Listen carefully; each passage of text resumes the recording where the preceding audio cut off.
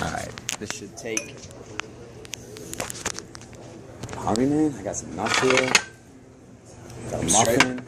Apple. Alright, cool. Thank you, no doubt, bro. No doubt. So, I'm gonna ask away. Feel free to, yeah, bro. whatever. I mean, honestly, dude, honestly, man, like transparent with you, this is like the first time I'm interviewing an artist. Bro, so cool, man. Yeah, you got it. How you doing, man? This is David, Patrick. How you doing, This is sir? like Nice to meet you. Coolest courtyard in the city. Yeah, I think we're good for now. You're good. Yeah, thank you. Thank you, though. All right, man. So, young, loved, hated, and broke. Would you say that you are all these things right now in your life? Absolutely. That's how the name came about. Is we wanted to do an EP because we already have the idea for the next like full project, like the album, and like we have the concept, the branding, the marketing, we have everything for it. I can have songs ready. And we're like, we're not ready for that. Like the world's not ready for that. Like I like to think ahead, and it's kind of like I wanted to do an EP that could continue to spread the music that I put out, Don't Flatter Yourself, and stuff to really continue to just build the buzz, So we were thinking, we're like, okay, so we want to put an EP out, and what describes where I am right now, like in my life and my career. And basically between a conversation between me and my brother and my homies, we just came up with Young, Loved, Hated, and Broke. And we wanted to, Young obviously describes me not only in age and my fan base, but not only, it's just like more of a spirit, like really try to keep things fresh and new. Right. And then we had Loved, because like getting so much love from the fans and being on tour and stuff. And then, and Broke obviously because we're doing everything on no budget. And still independent. Don't forget Hated too, though. Well, no, then I was gonna say, like Hated came in after because we were like Young, Loved, and Broke, and then my boy was like, but yo, you can't forget Hated. Like some cats, some cats hate you, hate what you're doing, or hate what you stand for, and so that's where it all came from, and it just came together, and we like, look, that's an all-encompassing thing. Right. Like, that is the theme in itself. And it's funny that love and hated come in one and the same. Like, exactly. I know somebody maybe who's influenced you, G-Eazy, who kind of, you guys are in a little bit of the same genre. In his newest song, Been On, he says something like, a criticism is more valuable than a compliment. Yeah, it is. That kind of rings true to the new concept of that project. It's very true. And G-Eazy's the homie, man. We met at his show in LA, and it's cool. Like a lot of people compare, basically they just compare the fact that we're both like taller, brown-headed white kids. Yeah, taller, brown-headed white kids who are dapper and rap, But sonically, we have our own thing going on, and super love to him. And man, I mean that's basically it. Like criticism to me is better than a compliment, and it's like a lot of artists. I mean, think of your favorite artist, or think of an artist that you used to like that fell off, I can't say for sure why, but usually the more successful people become, the more yes men they have around them, the more people are just like, yeah, cool, do it, awesome, In reality, like a criticism, someone being critical and trying to push you and be opinionated and be like, we should try this, or you deserve more, or whatever, like that really means more than means a compliment. Because I mean, to be honest with you, like we as artists, we have our fans, and they're gonna, more than likely, most of them are gonna compliment us, more than like, oh, I love it, And then you have the key influential group of fans who are like die hard, but they'll like keep it real. They'll be like, I don't really like this. It's almost like the haters are the ones who drive you to be better. Exactly. And see, it's everyone loving you, just gonna be content. And here's the thing: is that a lot of time, haters are just ones that are like. Let me try to phrase this properly. Sometimes when people keep going, man. Is it working? Yeah, straight. It's totally good. Yeah. Cool. I was gonna video record it, but then you'd have to sit over here and it'd be a little awkward. As long as it's totally good, but I guess it's gonna work. Yeah. So let me see how to phrase this. Sometimes the ones that hate are the ones that are really rooting for you the most, and the most critical. And like there have been numerous bloggers, bloggers and industry people who have initially, I don't want to say hated, but initially were just like... Right.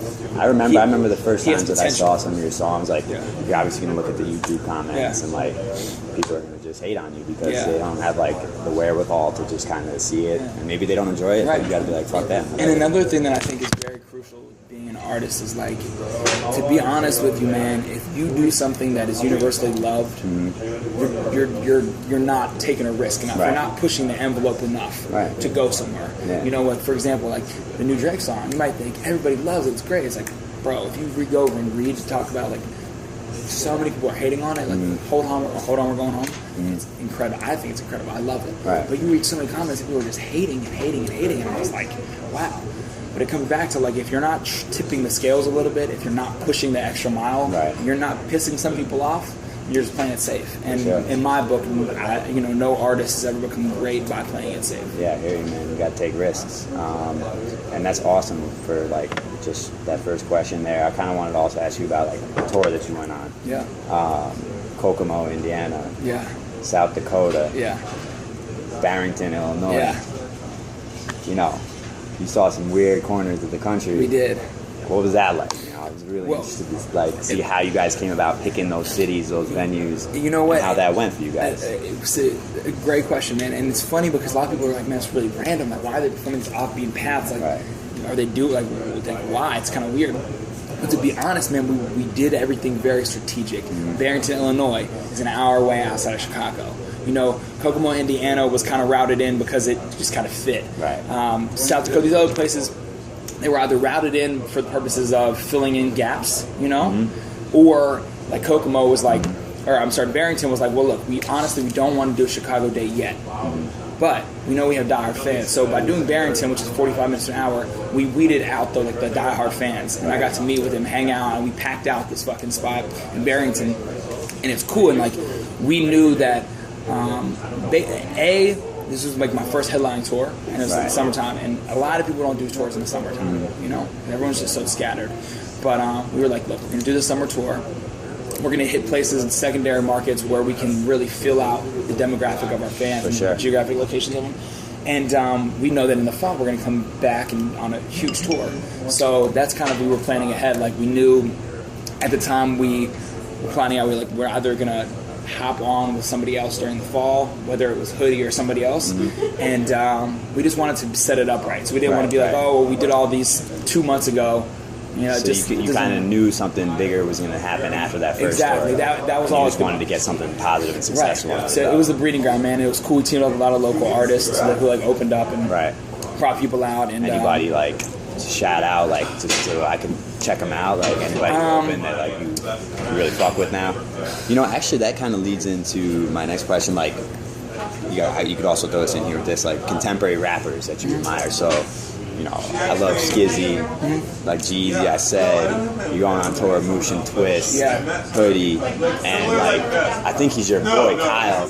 I'm like, brother. Beautiful Loser is becoming my favorite project right now. Thank you, bro. And I've seen you guys together in like the 2,000 Miles video, and I'm surprised, why the hell haven't you guys done songs together yet? Man, okay, so anyways, as far as contemporary artists that knows a lot. Yeah, the homie Kyle, man, he's my little bro, man. He's so good, man. And you know, I met him when we started doing No Budget, and that was like before his buzz was like really like, I mean, you know, it was way before that, and it was cool. And it's like, I remember meeting him. He was working at like a gas company or something, and he was literally, we're filming No Budget, right? And he had already done like all the shit, like headlines had like 800,000 views and all that stuff, like his remixes and stuff. But I remember he was showing, he had like a lanyard with like his employee card. He worked for a gas company. He was crawling under like ditches or sewers or porches or something crazy, bro. And I remember I met him and I was like, man, I gotta tell you, man. I was like, cause he said something about having to work or something. I promise you, it's gonna end soon. What happened to you? Did you guys meet him? We met we met. I went over to his house. That's how we met. All right. Came over, went over to his crib. We were just all getting ready and just with the homie Jacob Owens. Okay. Met with him and went over to. We just picked up.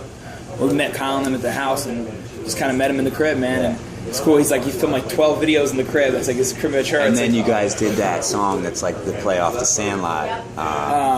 When you're the crew. that came later. Yeah, that came later. That was unreal. Cause I just stumbled upon that. Like, nobody even showed me that. And I was like, how the fuck have I never seen this? Yeah. This is unreal. So it's cool. So anyways, this man, I told him, I said, listen, man, that shit's not going to last for long. I said, you know, everything's going to be good. And so then he started, you know, him and his manager, Nolan, who's like, we're all like fam. And, you know, they got into some positions and they were able to start working on their Beautiful Loser. Right. And through that, man, we just, it's like silver platter, yo, we're shooting a video, come through, cool. Yeah, and then it's with the silver platter, and then I was like, 2,000 miles, we'll shoot a video. I need y'all to be in it. Cool, came through.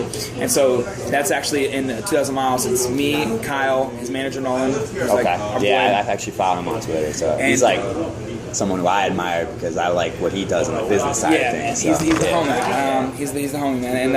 And then our homegirl Joy, who is just like a model. Yeah, I love hipster She's super cool. Yeah, exactly. She's been like McDonald's commercial. She got hella paid. She's cool. Anyways, but me and Kyle have gotten in the studio a bunch of times, man. But we're just like such good friends that we're never gonna force anything. Like, yo, we have to do a record. Cool, he's a great dude, man. He's like the coolest dude ever. And I, when I was listening to Beautiful Loser, I was like, damn, this dude can sing. Yeah. I was like, because I posted Rain and Love on Indie Shuffle.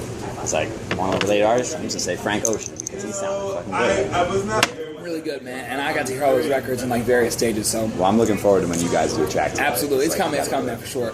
But yeah, man. As far as contemporary artists, I like him. I like Chance the Rapper. Chance, yeah. Super dope. I'm excited to see what's coming from him.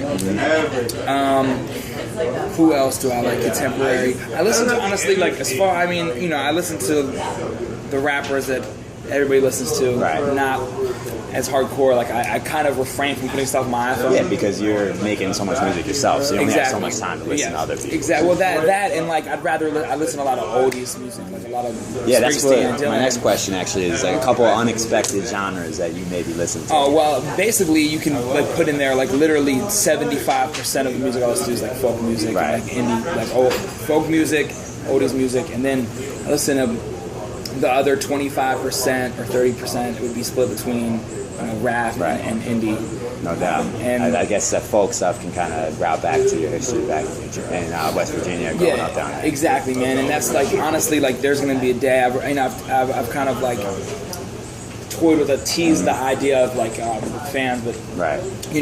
David Morris. Someday there's gonna be David Morris projects. Someday DY is gonna gradually grow into David Morris. Right, yeah. So there'll be like the albums will be David Morris. Maybe like the fun side projects or the mixtapes or the freestyles will be DY. Well, this is why I also want to record this on video, but it's all good. I'm kind of getting on my Nardwuar shit, and to go in with that question, I made you a CD with some like out there genres that I love, and it's got Miles Davis on it, Kind of Blue, which is one of the best albums of all time. It's a few songs by Claude Debussy, who's a French composer in the 1800s. Dude, sick. Ryuki Sakamoto, Merry Christmas, Mr. Lawrence, one of the greatest songs of all time. And then the Christmas song by Vince Guaraldi Trio. Dope, man. I'm gonna put them on my computer, songs man. Thank you, sir. I was thinking when you're on tour on the bus, you need to like tune out and get away from the rap music. And then when we do like the video interview next time, we'll do the official Nardwuar. Well, I'm gonna have new gifts. Exactly. But yeah, man. No, so that's man, like honestly, like cool artists that you should check out. I mean, because I listen, basically, I listen. The greats in my mind are Dylan, Springsteen, Johnny Cash, Elvis, Paul Simon, Neil Young, like that era, Creedence Clearwater, that type of shit. Like that's the music I want to make. Right. So when it's all said and done, I want to make as great of an impact as they did. I want to make timeless music, So the DY stuff will. It's just a way for you to open yourself up into the world, gain a fan base. Exactly. And then, I mean, we all see you play the guitar and do that stuff, which maybe, your immediate fans don't appreciate as much as you do and your close confidence do right now, but I mean, it's easy to say that you got a lot of potential. Thank you. And that's what it's about. But artists that you should check out, Doc Watson, who's he passed away like last year, he's an old, folky blues country singer, blind. White guy who's blind and one of the most incredible flat picker guitar players of all time. Dope. Like absolutely incredible. His voice I heard the name before. His voice is incredible. Love Johnny. And if you like them, you ever heard Jim Croce? Nah. Okay, Jim Croce, Jim Croce. Okay. You've definitely heard his records, man. The classic. But the band. The band, yeah. I mean, they're called the Band. Yeah, exactly. They're legends. And then as far as like indie artists that I'm listening to. What did the homie put me on to recently? Sampha, super dope. You fuck with Sampha? Sampha, he's the dude that was on The Motion with Drake. Okay. Sampha's dope. Let me see. I'm trying to think of like really obscure shit that is like Well, you keep coming to Indie Shuffle, man, because that's where I was finding all my music, and the writers on there and the dude Jason who runs it is like super music discovery god, dude. And like he's like Matt. Baffled by something. This fool Matt discovered the Lumineers, Alabama Shakes, all before they popped as an intern, and played them for the A&Rs, and they just like kind of passed. Or, like they didn't check the email or something, and like I've been looking up to you for a while, but I'm starting to look up to Matt a little bit more now. I'm kidding, bro. No, that's good. That's good. No, but anyways, man, so like that's what it is. I tend to stick to classics, man. Like there's just so much new shit going on, and I don't want to get caught up. I don't want to be like, oh, I'm like making the sound of the times right now. Right. You know, I want to think ahead. That's by great. looking at the past. Well, that's a good lead into my next question. Like, and with the Cleanest Corner, you know, and Matt running that, I think it's like one of the freshest blogs I'm checking out right now. Thank you. Very simple, but like the pictures are beautiful. Exactly. And are you writing those posts? Some of us, it'll say written by David. It's very written like by Louise. just down to earth and just like, you know, you guys are so appreciative of the places you're going to and checking out. You know, is there a bigger picture for the Cleanest Corner? Oh, absolutely. Like, you got like the style going, and I think you guys could probably get in the business of making clothes and that stuff. Like, what's kind of the bigger picture for your business? The Cleanest Corner is just going to be the foundation for everything. Cleanest Corner is going to be eventually a record label someday. It's going to be a clothing brand someday. It's going to be a site. It's going to be a brand consulting firm, a styling firm. You know, everything from being from a fashion week to putting out my releases and releases of artists that we like, and clothes, and they're fucking have a Cleanest Corner general store someday where we sell like cool shit. I mean, honestly, man, it's the foundation of something just much bigger that, you know, we could sit here and have a long conversation about. But if you get me and see my vision and like the Cleanest Corner's vision, then you already understand. Yeah, no doubt, man. I've definitely checked it out, and like, you know, I have a lot of interest and ideas for like my own entrepreneurial businesses, and you know, you guys are like influences to me right now, and like I'm checking it out and I'm following everything you guys are doing. Appreciate that.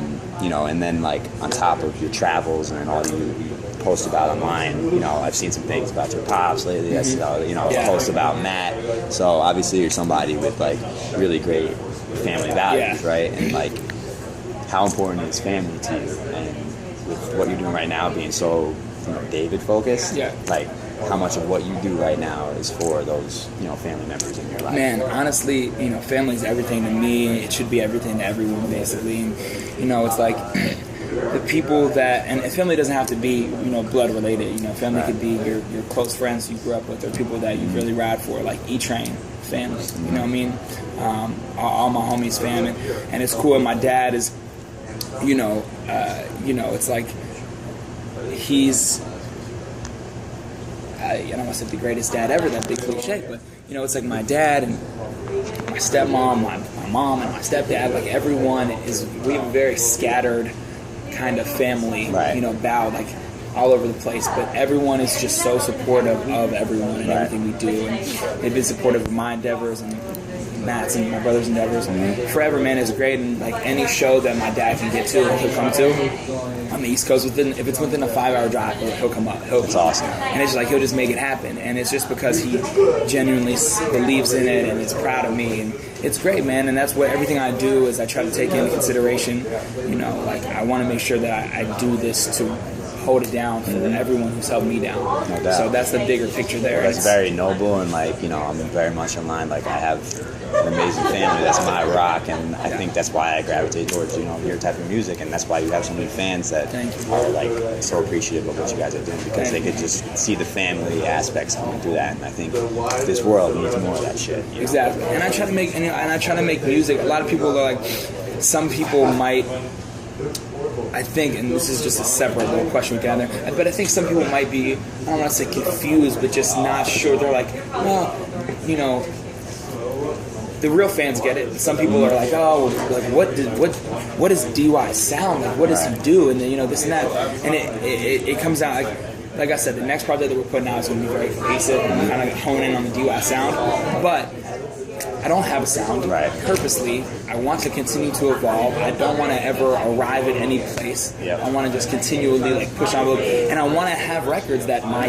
dad and my mom and my grandma can listen to, like 2,000 Miles and like The Reprise and stuff that my fans can listen to. Right. So I really just want to really make sure that I'm not chastising any group of people or anything. Has this like been something that you have thought you wanted to do since day one, like be a musician and be someone who's creating art? Was there ever any other dream that you had or an vision of yourself doing something else professionally? Well, you know what? I remember when I was 17 years old, I was 16 years old, and all I was doing was skateboarding and writing graffiti, and like really like hoodlum, like chasing from the cops and shit, writing graffiti everywhere. And I remember going into the thing in high school, and I don't think I've ever said this in an interview, but I remember being like, okay, they were like, what do you want to major in? And I was like, well, that's like asking you, what do you want to do with your life? And I'm like, no idea. Yeah. So I marked down like public relations. Like I was like, I'm good at talking to people, whatever. So I was like, I'm gonna study public relations. And I'd always joked around with like rapping and beatboxing and writing songs, and you know how like you'll goof off and you'll like sing the lyrics of a song but you'll sing differently. Like I would do that type of shit to like country music and stuff, just joke around. So from there I was like, okay, let me do this. When I got to school I started, studying, and it was within the first it was in the first few months that I started recording my own music and writing my own stuff, and within like 2 or 3 months of freshman college I like did my first show and was like, okay, that's what I want to do. I want to pursue this. Yeah. And it didn't get taken, it's one of those things that you can't, I think that happens to a lot. Like Kanye was the first person and Chitty Bang. And this is like Skizzy dropped out of Union. Well, actually, that's what I was going to say is like this. I ended up graduating from college. I have a degree. Moved to New York and continued. I got my master's degree while I was in New York. All the time pursuing the music because it's something that it's 100%. It's my life. If I live this shit, I'll die for this shit. Period. Discussion over. But it's something that is like, you're a normal person at the same time. Like, you know what I mean? Like, even the most hardcore actors and stuff, they're normal people. So at the end of the day, it's like, yes, I'm an artist. Like, I live and breathe music and die music. But at the end of the day, I'm a normal person. So I have other interests and things that, like, I'm always like, oh, well, I could be doing this or what if I did this. So it's always been something that I've never taken so seriously that I'm like, how do I explain it? I think your success and the way it's built up has made you take it more seriously. Exactly. So the success and stuff continues to drive. But your history and the previous part of you where you were having a balance of being like a normal person, but then also someone who was following their soul and following the art that was calling them.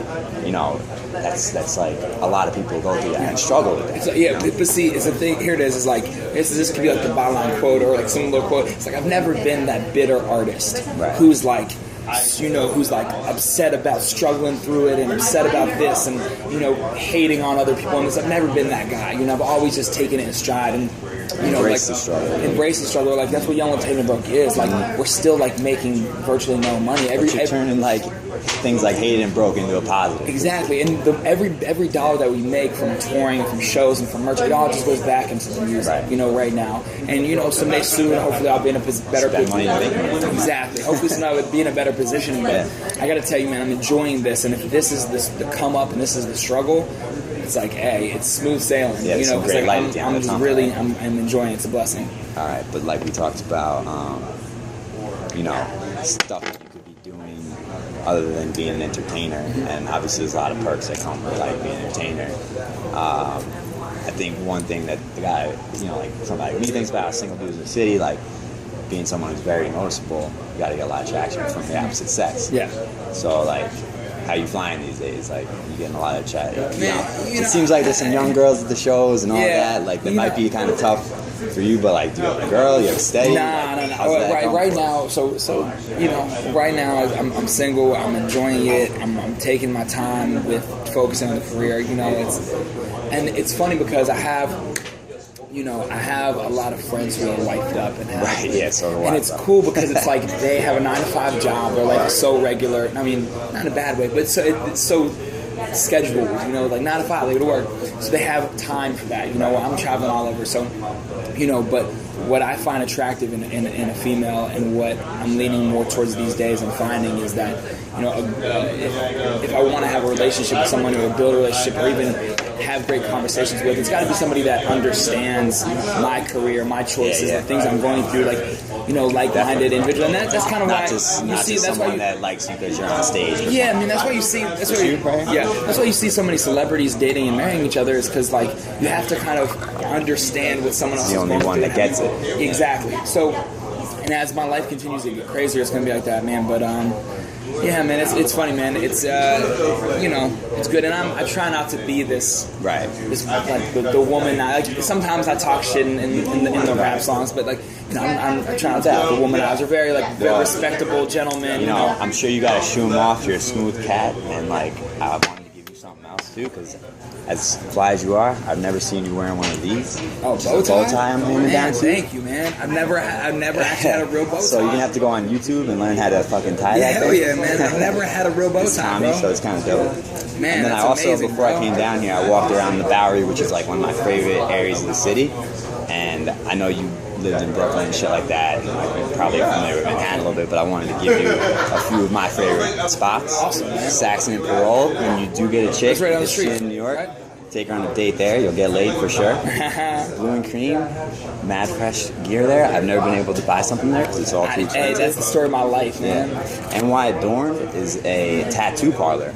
Okay. And I know you don't got any tats. I don't think you do. At least. I don't have any tats yet. But they have some of the sickest fucking jewelry there I've ever seen. Okay. Like, all this type of swag. Dude, man. And then this is a little more, you know, detailed. If you come back in November and you want to get a cut, I know, you know, you got your swoop gang or whatever you do. Yeah. This is my boy Mark at the barbershop on Rivington, and he's the man. And this place is like... This is the first interview where I got, and, you know, so I wanted to do the right thing. That's the first thing I did, and you're the man for meeting me. You know, you're taking a lot of time with me right now, and it's going, like, exactly how I wanted it to go. So, perfect. You know, Well, I make sure to get you some tickets for the show when no doubt, man. Yeah, it's gonna be great. It's gonna be great.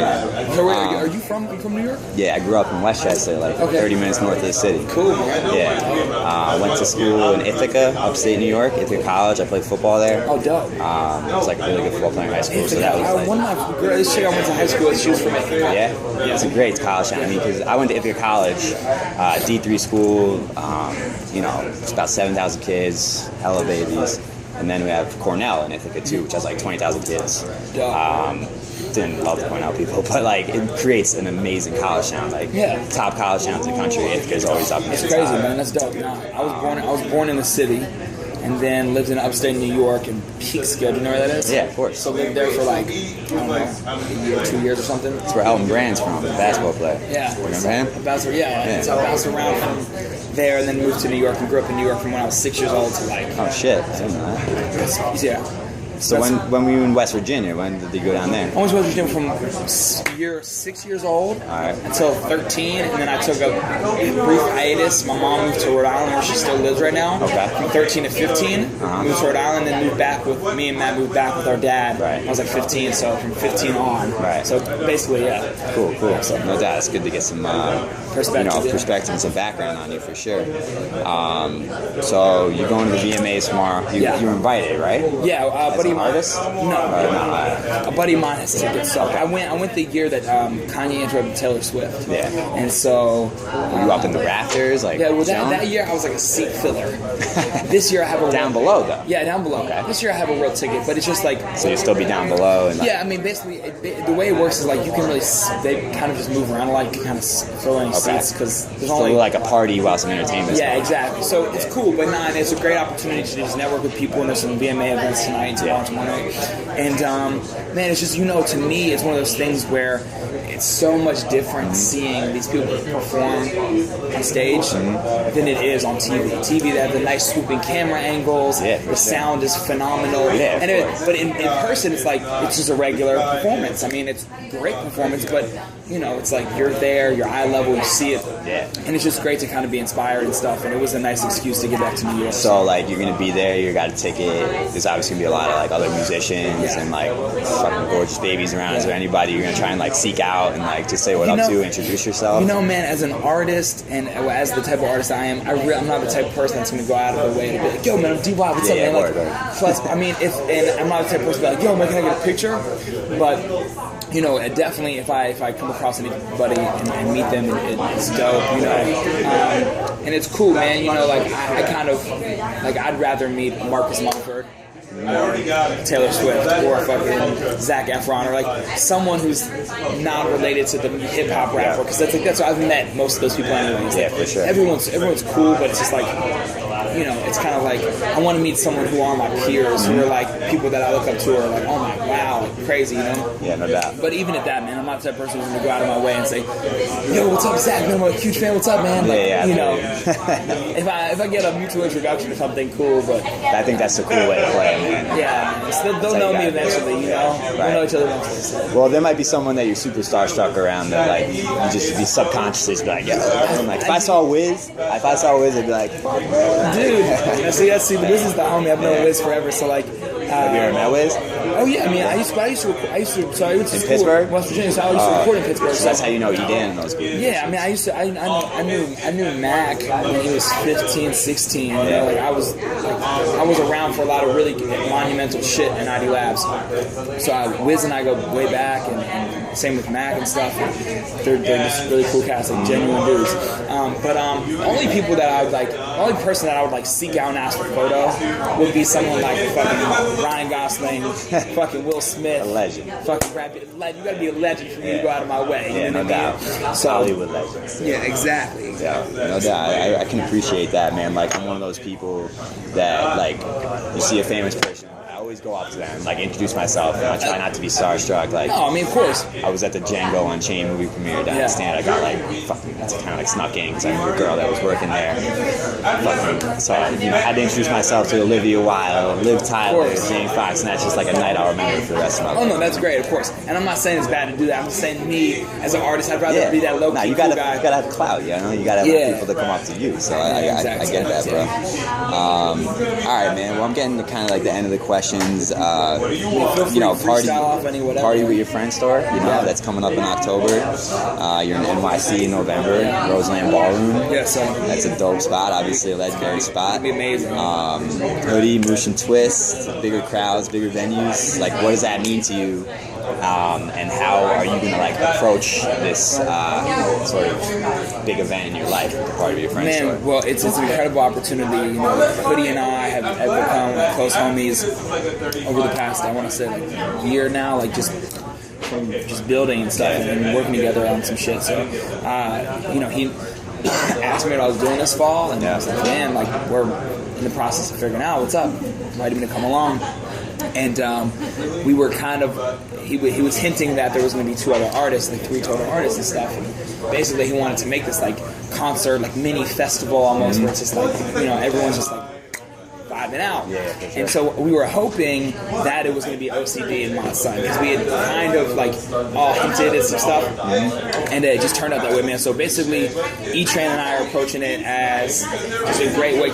We're going. It's going to be great to perform in front of my fans who had ever seen me, but it's also going to be an incredible opportunity to gain new fans. Right. So we're approaching it, man. We're going to all original music. You like, make a lot of all original music. Like it's everything. It's like Macchiato is the only like old song we're doing. I love that fucking video. We're like homies went out to Venice. Like we're like legendary. We're like working on Macchiato, so that, and then everything else will be from DFY and Wild HB. So there's gonna be none of my freestyles, none of the remixes. You're not gonna hear Shooter. You're not gonna hear Double Horns. You're gonna hear just new original music, you know. And that's what I want the first impression to be. It's like, who is this guy? This music's great. So, well, I don't need to keep reverting to like other artists and shit like that, but like, you know, I think there's a point where Wiz was like, I'm just not gonna perform Say Yeah anymore. Like, I just can't do that. I'm a new person. Exactly.